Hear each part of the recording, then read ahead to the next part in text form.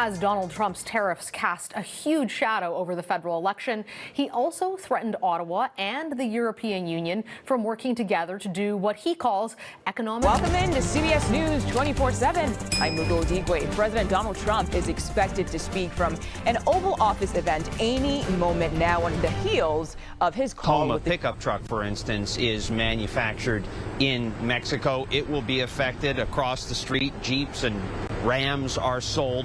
Those will be... In March 2025, relations between Canada and the United States reached a breaking point. After the Trump administration imposed new tariffs on Canadian goods, Ottawa moved to retaliate decisively. Prime Minister Mark Carney pledged to review all aspects of bilateral trade, including energy, autos, and agriculture. Canada, as the largest energy supplier to the United States, uses this leverage to protect its interests. The province of Ontario has announced the possible introduction of a 25% surcharge on electricity exports, as well as a review of the terms of oil and gas supplies. As of 2024, Canadian oil exports to the United States exceeded $70 billion, and electricity exports exceeded 65 terawatt-hours, which covers 20% of the needs of some American regions. Restricting these supplies could lead to sharp price increases and disruptions in the U.S. energy sector. One of the most sensitive areas was the automobile industry.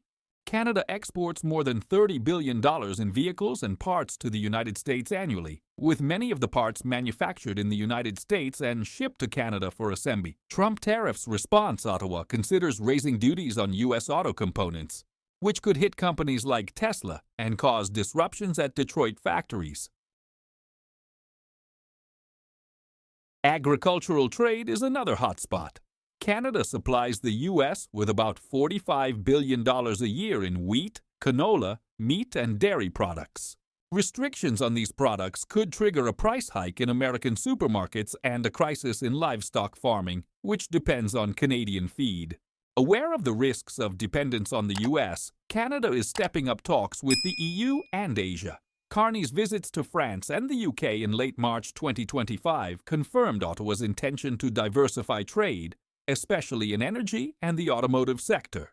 European media have already dubbed this Canada's exit from the U.S. shadow, Washington's response, and the future of the conflict.